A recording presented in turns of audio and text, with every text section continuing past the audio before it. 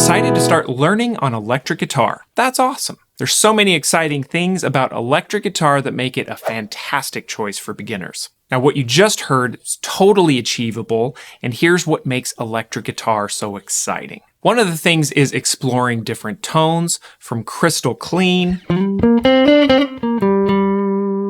to heavy distortion. Now also, there's so many different guitar types. There's Strats, Les Pauls, hollow bodies, even baritone or 7-string guitars, each with their own character. Now I'll be honest here, there's some common hurdles when starting on electric guitar. Electric guitar can be quite unwieldy. There's all of these knobs and switches, and the amp. All of this can feel a little bit overwhelming. Now it's also difficult to tame the sound. Getting a good tone takes some time, takes some experience. Now, however, there are real benefits to starting on electric. If it's super fun to you and inspires you, it's going to take you further. That excitement keeps you practicing. It can also be a little bit easier on your fingers. There's lower string action, which means less finger pressure needed. Whether you're learning on electric or acoustic, you still need to put in the time and learn chord shapes, maybe some notes and scales, proper strumming and picking. So let's talk about getting you tuned up, plugged in, sitting properly, and playing your first notes and chords by the end of this lesson. So stick around. Before we can make music, we need to get you in tune. Here's what you need to do.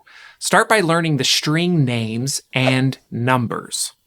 So for the numbers, we start with the skinniest string, which is the first string here. That's the string closest to the floor. So we go 1, 2, 3, 4, 5, 6. Now, oftentimes we learn the string names in the opposite direction. So low E, that's the thickest string, the string closest to you.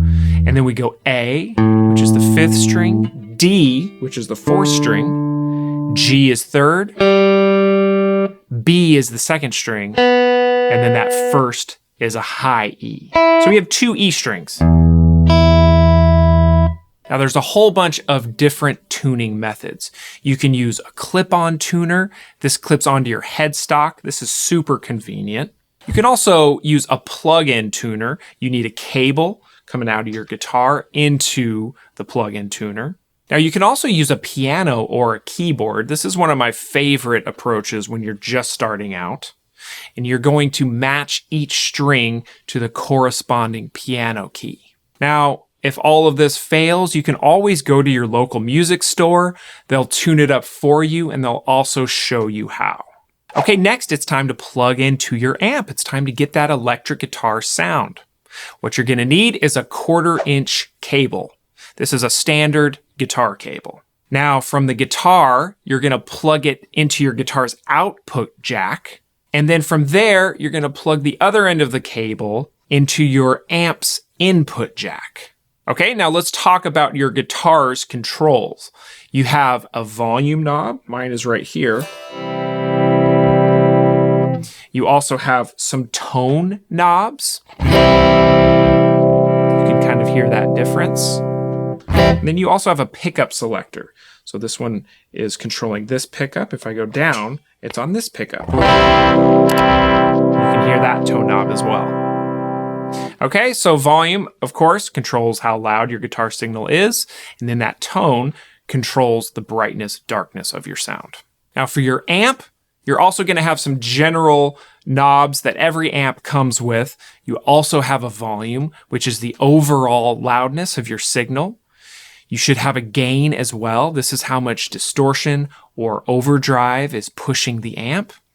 And then generally, most amps will come with EQ settings as well for bass, middle, and treble. This is how you shape your tone.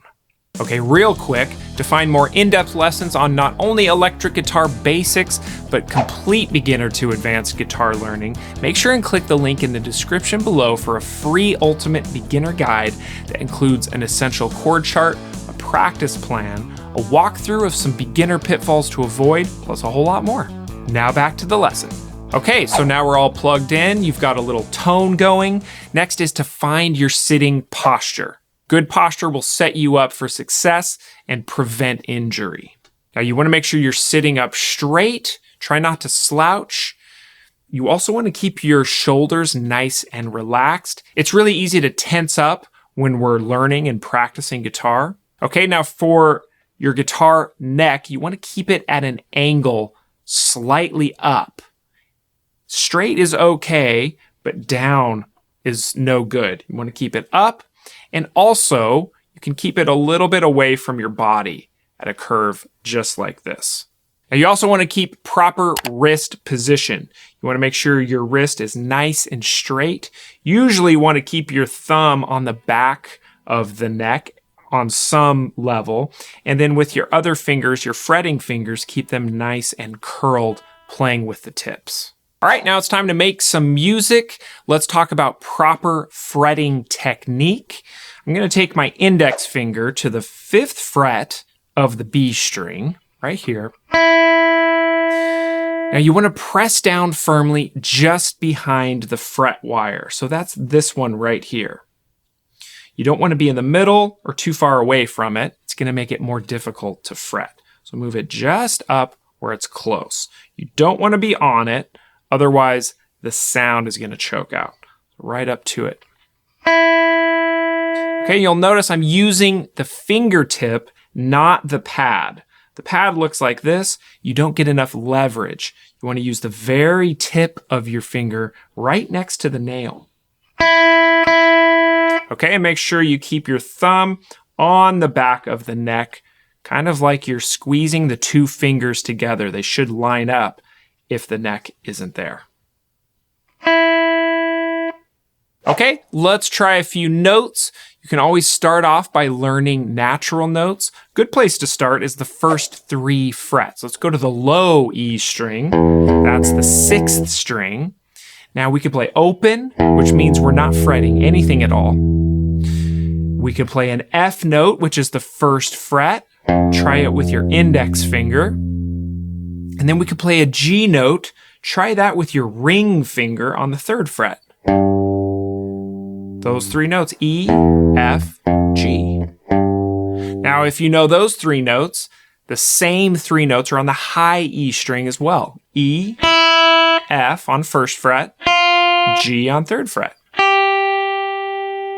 Also the same fingers there, index and ring. Okay, next, let's try the B string. That's 2nd string. We have open B.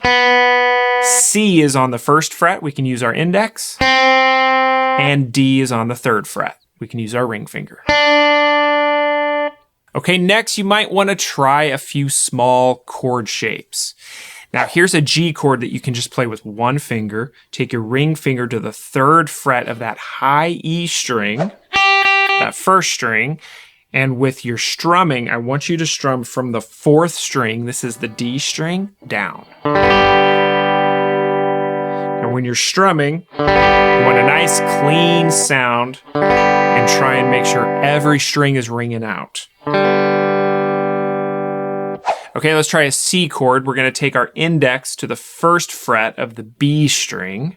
This one is going to hurt a little bit because there's a lot of pressure there, but we're going to strum from the G string down. So that's the 3rd string, G, B, and high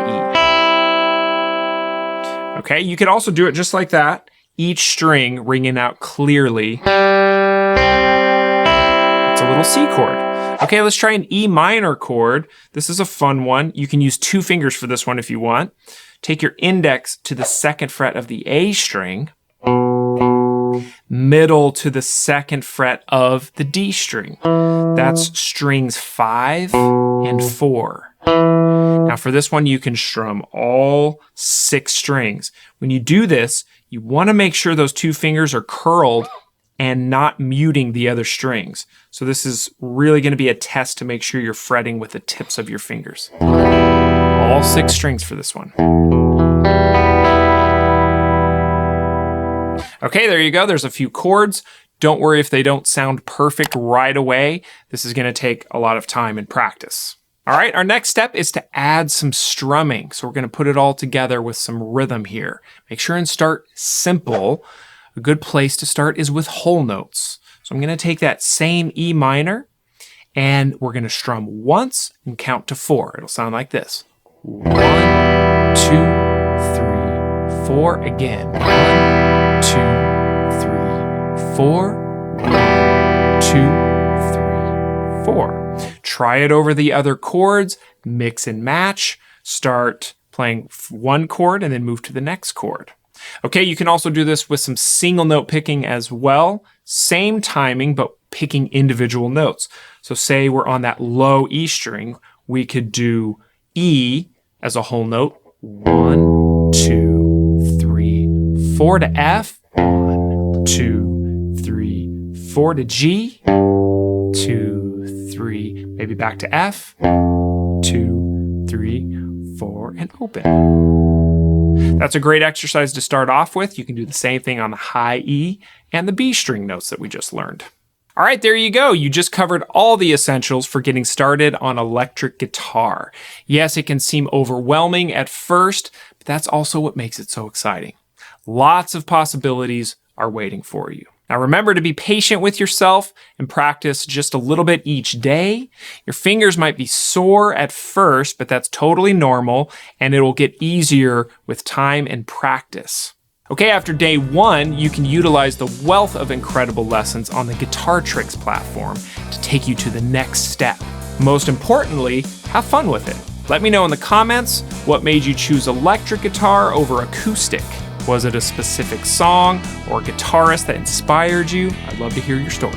And be sure to enter your email for a free beginner guitar guide linked in the description, or you can find it on the next screen. See you.